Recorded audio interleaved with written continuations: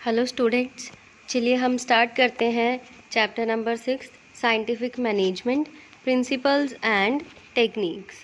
तो देखिए, scientific management का जो इन्होंने मीनिंग बताया है, फर्स्ट ऑफ ऑल ये बताया इन्होंने, scientific management attempts to eliminate waste to ensure maximum production at minimum cost. Scientific management क्या करता है, जो भी वेस्टेज है रिसोर्सेज की उनको एलिमिनेट करता है। यानी कि साइंटिफिक मैनेजमेंट क्या कर रहा है, रिसोर्सेज को वेस्ट होने से रोक रहा है और क्या कर रहा है, to ensure maximum production at minimum cost. Ensure करता है कि मिनिमम कॉस्ट पर हमारा जो प्रोडक्शन है वो मैक्सिमम टू मैक्सिमम हो सके। तो इस चैप्टर के कुछ एक टॉपिक्स हमने लास्ट वीडियो लेक्चर में भी डिस्कस किए थे और अब भी इस वीडियो लेक्चर में भी हम उन टॉपिक्स को रिवाइज करेंगे, प्लस हम कुछ एक न्यू टॉपिक्स को भी डिस्कस करेंगे। तो देखिए, ओवरऑल टॉपिक्स कौन कौन से हैं इस चैप्टर में। साइंटिफिक मैनेजमेंट का हम मीनिंग देखेंगे, डेफिनेशन देखेंगे, फीचर्स देखेंगे, साइंटिफिक मैनेजमेंट के प्रिंसिपल्स और टेक्निक्स देखेंगे और लास्ट टॉपिक है जिसमें हम टेलर और फेयोल का जो कॉन्ट्रीब्यूशन है मैनेजमेंट में उनमें कंपैरिजन करेंगे। तो सबसे पहले इन्होंने बताया कि साइंटिफिक मैनेजमेंट के फादर कौन है या फिर साइंटिफिक मैनेजमेंट को किसने डेवलप किया था। तो साइंटिफिक मैनेजमेंट को डेवलप किया था F.W. टेलर ने। इसी वजह से इन्हें साइंटिफिक मैनेजमेंट के फादर बोला जाता है। अगर आपसे पूछा जाए who is the father of scientific management, तो आपका आंसर होगा F.W. टेलर। और अगर आपसे पूछा जाए who is the father of administrative management, तो आप जवाब दोगे हेनरी फेयोल। तो देखते हैं हम, scientific management is a new thinking on management. Scientific management क्या है, मैनेजमेंट के फील्ड में एक न्यू थिंकिंग है that is propounded by Frederick Winslow Taylor. और जिसे प्रोपाउंड किया था यानी कि डेवलप किया था किसने, फ्रेडरिक विंसलो टेलर ने, जिसे F.W. टेलर भी बोला जाता है। Taylor was a person who within a very short duration rose from the ranks of an ordinary laborer to the position of chief engineer. Taylor वो पर्सन थे जिन्होंने बहुत ही कम टाइम में अपना रैंक ऑर्डिनरी लेबरर से राइज करके या रेज करके का पोजीशन क्या बना ली थी अपनी, चीफ इंजीनियर की। मतलब जब इन्होंने ज्वाइन किया सेम कंपनी में, ये ऑर्डिनरी लेबरर थे, मतलब आम श्रमिक थे, और 6 सालों में इनकी पोजीशन चीफ इंजीनियर की हो गई थी, यानी कि ये उस कंपनी में चीफ इंजीनियर बन गए थे। इन 1878 में he join the Midvale Steel Company in USA as a labourer. उन्होंने एक USA की एक कंपनी मिडवेल स्टील कंपनी को ज्वाइन किया एज अ लेबरर, श्रमिक के तौर पर। And due to his hard work and dedication, he was able to reach the position of chief engineer in the same company। उनकी मेहनत और उनकी लगन की वजह से 6 सालों में वो उस कंपनी के क्या बन गए थे, चीफ इंजीनियर बन गए थे। During this period Taylor conducted a number of experiments. इस टाइम पीरियड में उन्होंने बहुत सारे एक्सपेरिमेंट्स किए and came to the conclusion, और वो इस नतीजे पर पहुंचे that the amount of work a labourer was doing. जो लेबरर है हमारे, मतलब जो श्रमिक है, जितना काम वो कर रहे हैं, was far less as compared to what he was supposed to be doing। वो कम है जितना वो कर सकते हैं, यानी कि जितना श्रमिक काम कर रहे हैं वो यानी कि कम है उनकी कैपेसिटी के अकॉर्डिंग, उससे ज़्यादा वो कर सकते हैं। वाज फार लेस बहुत कम है, एज कंपेयर टू कंपैरिजन में, किसके कंपैरिजन में, what he was suppose to be doing, जितना वो कर सकते हैं। He gave a number of suggestions to solve this problem. उन्होंने इस प्रॉब्लम को सोल्व करने के लिए बहुत सारे सजेशंस दिए and in doing so he gave a scientific outlook to the management. इसी वजह से जो साइंटिफिक मैनेजमेंट था उसे डेवलप किया गया कि किस तरह से लेबरर्स की एफिशिएंसी को बढ़ाया जा सके। Taylor worked in the Bethlehem Steel Works up to 1901 and thereafter started providing services as management consultant। 1901 में उन्होंने कंपनी में काम किया और उसके बाद उन्होंने एज एन एक्सपर्ट सर्विसेज देना स्टार्ट कर दिया, मतलब मैनेजमेंट के फील्ड में अदर मैनेजर्स को एडवाइस देना स्टार्ट कर दिया। In 1903 he published a research paper titled shop management. उन्होंने 1903 में एक रिसर्च पेपर पब्लिश किया जिसका नाम था शॉप मैनेजमेंट, और 1911 में उन्होंने एक बुक लिखी, बुक पब्लिश की जिसका नाम था प्रिंसिपल्स ऑफ साइंटिफिक मैनेजमेंट। और ये जो इन्होंने बुक दी थी principles of scientific management, management के वर्ड में मतलब ये एक बहुत ही नया सा कंसेप्ट था, तो मैनेजमेंट के फील्ड में इस बुक से एक क्रांति आ गई थी। Taylor died in 1915 but his contribution to management will always remain immortal. Taylor 1915 में टेलर की डेथ हो गई, लेकिन मैनेजमेंट के फील्ड में जो उनका कंट्रीब्यूशन था वो हमेशा अलाइव रहेगा, जीवित रहेगा। Next is meaning of scientific management. अब यहाँ से स्टार्ट होता है हमारा चैप्टर। साइंटिफिक मैनेजमेंट का इन्होंने मीनिंग बताया है। The literary meaning of scientific management is performing the work of management in a scientific manner. Scientific management का मतलब बताया इन्होंने कि साइंटिफिक मैनेजमेंट क्या कहता है कि जो हमने काम करना है वो किस वे में करें, साइंटिफिक वे में करें, साइंटिफिक मैनर में करें। तो साइंटिफिक मैनर क्या है? देखिए, साइंटिफिक मैनर है कि हम काम को किसी नए तरीके से करें, मतलब जो पुराने तरीके अपनाए जा रहे थे उनको छोड़ करके अपना नया तरीका डेवलप करें, जिससे हमारे ऑर्गेनाइजेशंस की क्या हो, एफिशिएंसी इम्प्रूव हो। In other words, discarding the traditional approaches to management। Traditional approaches जो थी, ट्रेडिशनल मतलब पुराने जो अप्रोचेस चले आ रहे थे मैनेजमेंट में, उसको क्या कर दिया जाए, उन्हें डिस्कार्ड कर दिया जाए, छोड़ दिया जाए। And adopting newer and more scientific approaches in their place। और उनके प्लेस पर यानी कि पुराने चीज़ों के प्लेस पर, पुराने मेथड्स के प्लेस पर नए और साइंटिफिक अप्रोचेस को क्या किया जाए, अडोप्ट किया जाए, अपनाया जाए। इसी का नाम क्या है, साइंटिफिक मैनेजमेंट है कि पुराने तरीकों को छोड़ करके नए तरीके डेवलप किए जाएं। टेलर हैज़ सेड, टेलर ने बोला, बिफोर कमेंसिंग एनी वर्क, किसी भी काम को स्टार्ट करने से पहले a manager should first analyze it thoroughly and only then take any decision।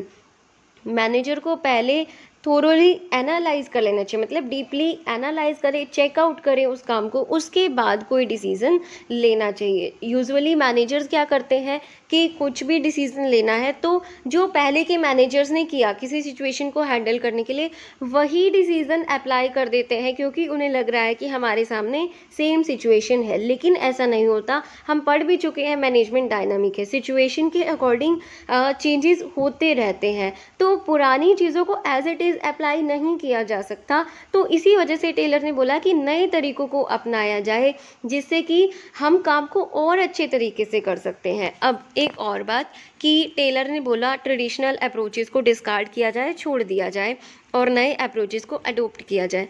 तो ये जो नए अप्रोचेस हैं, जो नए मेथड्स हैं या फिर जो नई टेक्निक्स हैं जो हम अडोप्ट करने जा रहे हैं, पहले इनसे रिलेटेड एक्सपेरिमेंट्स किए जा चुके होने चाहिए या फिर प्रॉपर ऑब्जर्वेशन किया जा चुका होना चाहिए कि ये जो नए मेथड हम फॉलो कर रहे हैं इनसे हमें वाकई बेटर रिजल्ट्स मिलेंगे। अगर हम बिना सोचे समझे, मतलब बिना एनालाइज किए एक नया मेथड अडोप्ट कर लेते हैं, हमें नहीं पता जिससे हमें कैसा रिजल्ट मिलेगा, तो वो हमारे ऑर्गेनाइजेशन के लिए नेगेटिव पॉइंट बन सकता है। तो इसके लिए ज़रूरी है कि जो हम नया मेथड या टेक्निक अडोप्ट कर रहे हैं उसको पहले मतलब उस पर एक्सपेरिमेंट्स किए जा चुके होने चाहिए या फिर प्रॉपर ऑब्जर्वेशन किया जा चुका होना चाहिए ताकि फाइनली उससे हमें बेटर रिजल्ट्स मिल सकें।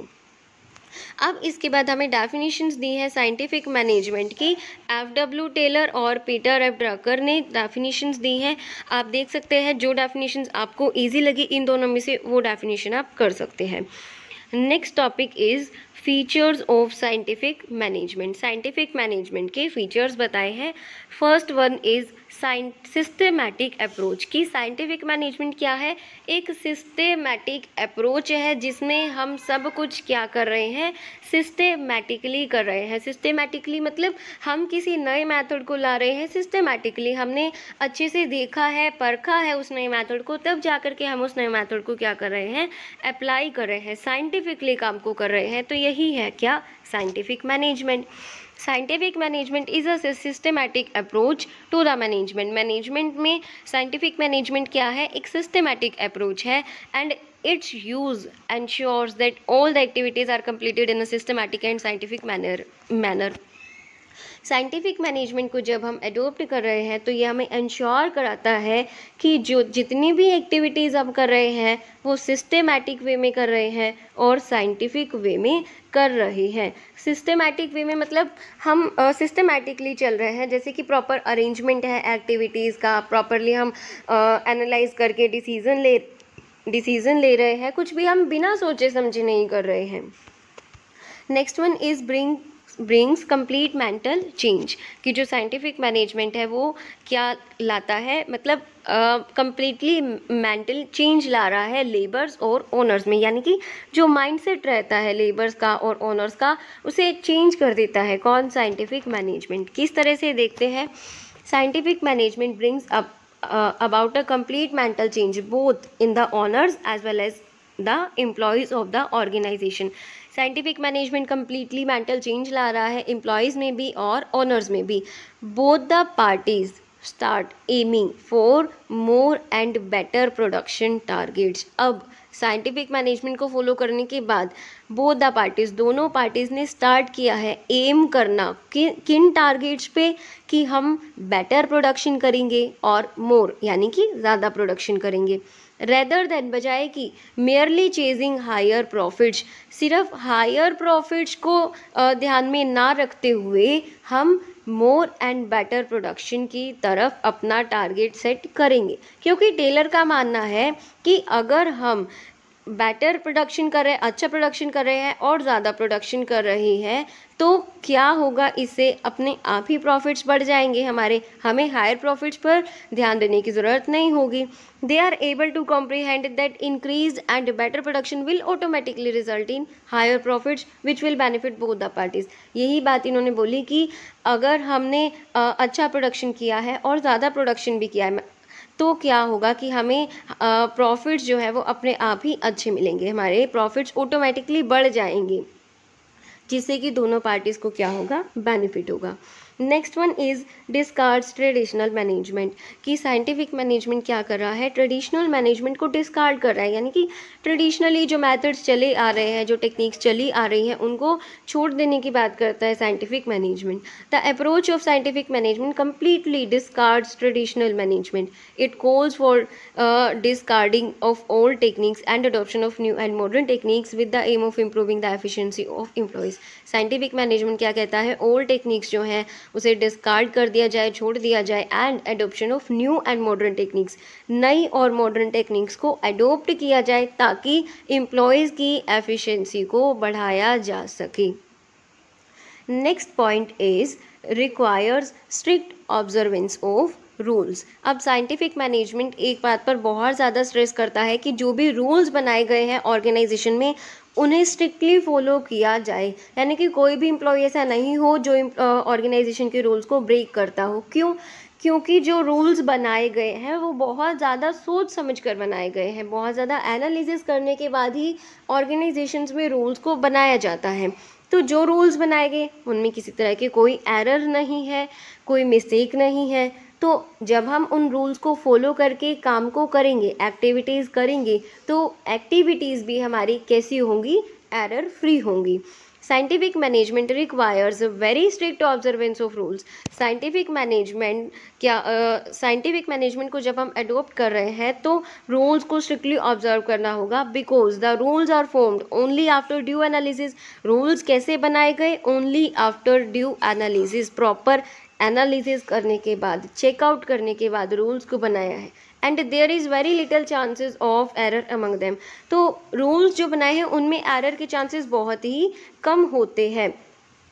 तो इसी वजह से इन्होंने बोला कि रूल्स को जब हम फॉलो करेंगे तो हमारी जो एक्टिविटीज़ हैं उनमें भी एरर के चांसेस क्या हो जाएंगे? बिल्कुल कम हो जाएंगे। Improves the efficiency of workers. The main aim of scientific management is to increase the efficiency of workers. अब साइंटिफिक मैनेजमेंट किस पर बेस्ड है? हमारा जो साइंटिफिक मैनेजमेंट बेस्ड है वो इस बात पर कि वर्कर्स की एफिशिएंसी को क्या किया जाए? इम्प्रूव किया जाए, बढ़ाया जाए। This is done through conducting various kinds of studies such as time study, motion study and fatigue study. अब हम कैसे बढ़ा सकते हैं हमारे एम्प्लॉयज़ की एफिशिएंसी को? हम जो मैनेजर्स हैं उन्हें डिफरेंट टाइप्स की स्टडी करनी होती है, जैसे कि टाइम स्टडी करते हैं कि कितने टाइम में कितना काम हो जाना चाहिए, मोशन स्टडी करते हैं कि कितने मोशंस मूवमेंट से इन्वॉल्व होनी चाहिए काम को करते हुए, फैटिग स्टडी मतलब कितना रेस्ट इंटरवल्स चाहिए, मतलब रेस्ट टाइम कितना चाहिए और कितना टाइम काम करने के बाद जो हमारे वर्कर्स हैं उन्हें रेस्ट इंटरवल्स चाहिए. तो ये सब स्टडी करने के बाद मैनेजर्स जो है वो वर्कर्स की एफिशिएंसी को इम्प्रूव कर सकते हैं. Next point is gives due weightage to specialization. Scientific management involves dividing each work into various small parts, each part being allotted to the person who is an expert in it. अब देखिए scientific management क्या कहता है कि जो एक particular activity है उसे छोटे छोटे पार्ट्स में डिवाइड कर दिया जाए और ईच पार्ट ऑफ वर्क यानी कि काम का हर हिस्सा उस पर्सन को दे दिया जाए करने को जो कि ऑलरेडी उस काम को करने में क्या है, एक्सपर्ट है. इससे क्या होगा, अब देखिए एक ही काम बार बार कोई कर रहा है तो ऑटोमेटिकली एक्सपर्ट हो जाएगा. तो इससे फ़ायदा क्या होगा, this results in better and more work being performed in much less time. ज़्यादा काम होगा और अच्छा काम होगा और कम टाइम पे काम पूरा हो जाएगा. Hence it can be seen that scientific management gives due weightage to specialization. इसी वजह से जो scientific management है वो specialization को weightage देता है या फिर importance देता है. Useful for large organizations. Since the scientific management system is quite expensive to implement, it is useful only for large organizations. अब देखिए साइंटिफिक मैनेजमेंट को अडोप्ट करना क्या है, थोड़ा सा एक्सपेंसिव है. क्यों? क्योंकि हमें नए मेथड्स को देखना है, नई टेक्निक्स को देखना है, उसके बाद ही और नए मेथड्स और टेक्निक्स जो है वो उन्हें हमें एक्सपेरिमेंट्स के थ्रू या प्रॉपर चेकआउट करके देखना है कि हमें उनसे अच्छे रिजल्ट्स मिलते हैं कि नहीं मिलते हैं, तभी जाकर हम उन्हें इम्प्लीमेंट कर पाते हैं.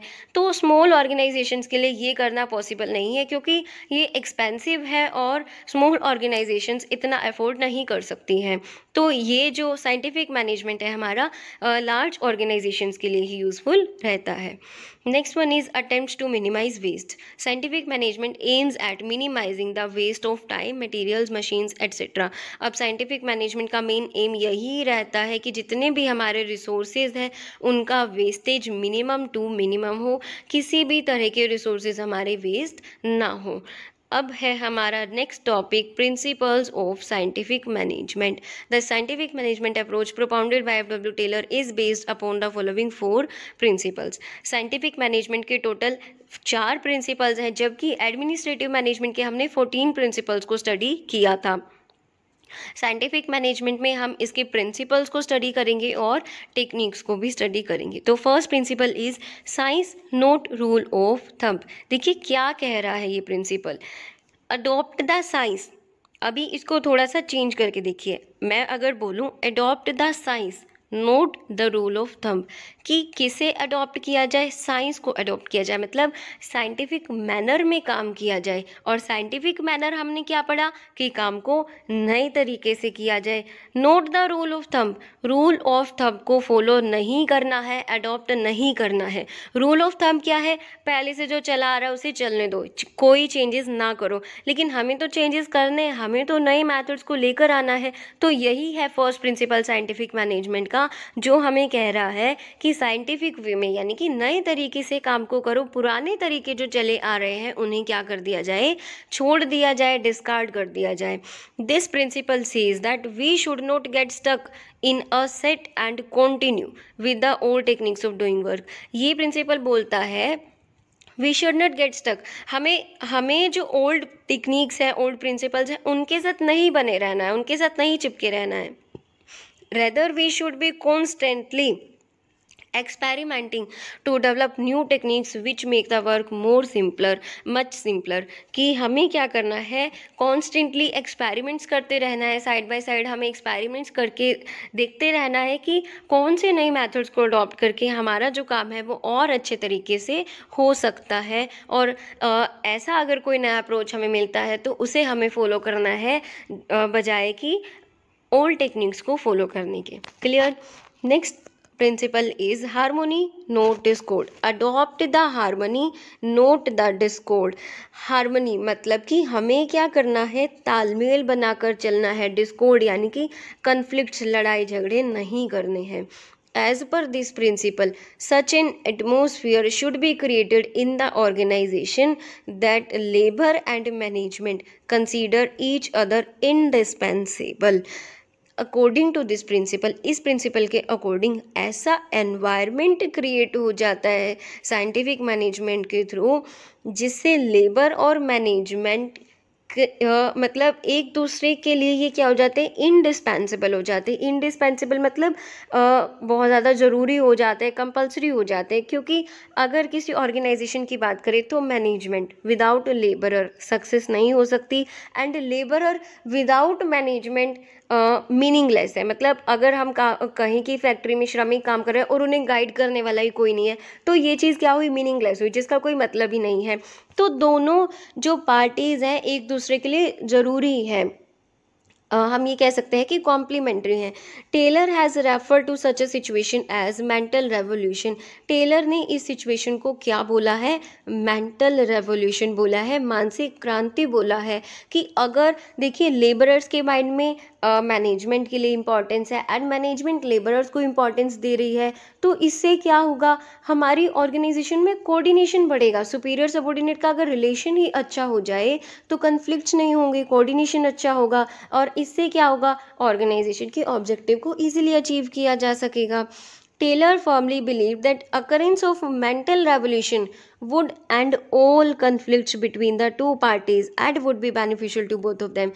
कि mental revolution के आ जाने से जो conflicts हैं दोनों parties में, managers और laborers में, वो क्या हो जाएंगे, ख़त्म हो जाएंगे, would end ख़त्म हो जाएंगे and would be beneficial to both of them. और दोनों ही parties के लिए क्या है, ये situation beneficial है। Next principle is cooperation not individualism. Cooperation, जब ग्रुप ऑफ इंडिविजुअल्स काम कर रहे हैं, 4 लोग मिल कर के काम कर रहे हैं तो उनमें टीम स्पिरिट होना चाहिए कि काम जो पूरा हुआ वो सबके मिलकर करने से पूरा हुआ, ना कि मेरे अकेले के करने से पूरा हो। नोट इंडिविजुअलिज्म, अपने आप को बहुत ज़्यादा इंपॉर्टेंस नहीं दे। इंडिविजुअलिज्म वैसे बोलते हैं व्यक्तिवाद को, कि अपने आप को बहुत ज़्यादा इंपॉर्टेंस देना, क्योंकि कोई भी अकेला पर्सन ऑर्गेनाइजेशन के ऑब्जेक्टिव को अचीव नहीं कर सकता। सब लोग मिलकर काम करेंगे तभी काम पूरा हो सकता है। और ये हमने वेरी फर्स्ट टॉपिक में भी पढ़ा था कि management is a group effort. Group effort है, सब लोग मिलकर काम करेंगे ग्रुप में तभी काम अच्छे से हो पाएगा। और यही साइंटिफिक प्रिंसिपल, साइंटिफिक मैनेजमेंट का प्रिंसिपल बोल रहा है। अकॉर्डिंग टू दिस प्रिंसिपल, इस प्रिंसिपल के according all the activities done by different people must be carried on with the spirit of mutual cooperation. जितनी भी एक्टिविटीज़ अलग अलग लोगों के द्वारा की जा रही हैं उनमें क्या होना चाहिए, आपस में कोऑपरेशन होना चाहिए, सामंजस्य यानी कि तालमेल होना चाहिए। Taylor has suggested that the manager and the workers should jointly determine standards. अब इसके लिए टेलर ने क्या बोला, कैसे कोऑपरेशन बढ़ सकता है। टेलर बोलता है कि जो हम स्टैंडर्ड्स बना रहे हैं ना वो मिल करके बनाएं। जब स्टैंडर्ड्स मिल करके बनाएंगे तो सब लोग काम भी मिल करके करेंगे। अब यहाँ पर एक वर्ड आ गया स्टैंडर्ड्स। देखिए स्टैंडर्ड्स क्या होते हैं कि हम जो काम करना चाह रहे हैं हम उसे पहले से ही डिसाइड कर लेते हैं कि इतने टाइम में हम इतना काम कर देंगे। जैसे कि 1 महीने में हम, जैसे मैं बोलती हूँ 1 महीने में हम 4 चैप्टर्स कंप्लीट कर देंगे, तो 1 महीने में वो जो 4 चैप्टर्स का हमने कंप्लीट करने का बोला है वो क्या है, हमारे स्टैंडर्ड्स हैं। तो अगर मैं अकेली स्टैंडर्ड बना लूँ तो क्या होगा कि आप लोग जो स्टूडेंट्स हैं वो पहले से इसका अपोज करने लगेंगे, इतना ज़्यादा काम हम पर थोप दिया, हम नहीं करेंगे। आप एक भी चैप्टर नहीं करोगे 4 में से, लेकिन स्टूडेंट्स एंड टीचर्स मिल करके स्टैंडर्ड्स बनाए अगर, कि चलो 1 महीने में 4 नहीं तो 3 चैप्टर तो कर ही लेंगे, 3 या 3.5 चैप्टर कर लेंगे। तो जब मिलकर स्टैंडर्ड्स बनाए हैं तो सभी लोग सेटिस्फाई होकर काम करेंगे, सबका कोऑपरेशन होगा, सबका इन्वॉल्वमेंट होगा और रिस्पॉन्सिबिलिटी भी बन जाएगी सबकी कि मिलकर काम करना है तो पूरा करना है, हमने इस काम को अधूरा नहीं छोड़ना है। दिस इंक्रीजेस, अब देखिए दोनों मिलकर सभी पार्टीज मिलकर स्टैंडर्ड्स बनाएंगी तो क्या होगा, this increases involvement and thus in turn increases responsibility. इससे क्या होगा, इन्वॉल्वमेंट बढ़ेगा, मतलब पार्टिसिपेशन बढ़ेगा, सब लोग पार्टिसिपेट करेंगे काम को पूरा करने में और रिस्पॉन्सिबिलिटी भी बढ़ेगी, क्योंकि जो मैनेजर्स है वो सबॉर्डिनेट्स को बोल सकते हैं कि आपने भी आपकी सहमति से स्टैंडर्ड्स बनाए थे, तो अब रिस्पॉन्सिबिलिटी है आपकी कि ये काम को पूरा करना है। Next one is development of each and every person to his her greatest efficiency and prosperity. Development की जाए किसकी, ईच एंड एवरी पर्सन की, हर पर्सन की, to his her greatest efficiency, उसकी ग्रेटेस्ट एफिशिएंसी तक, जितना काम कोई पर्सन कर सकता है उससे उतना काम करवाया जाए। 1 महीने में हम 4 चैप्टर्स कंप्लीट कर सकते हैं तो हम 4 चैप्टर्स कंप्लीट करें, हम 3 चैप्टर्स कंप्लीट करके नहीं छोड़ दें, यानी कि जितना हम कर सकते हैं, जितनी एबिलिटी है या कैपेबिलिटी है, उतनी उस कैपेबिलिटी को हम यूज़ करें, यूटिलाइज करें। According to this principle, the efficiency of each and every person should be taken care of right from his selection.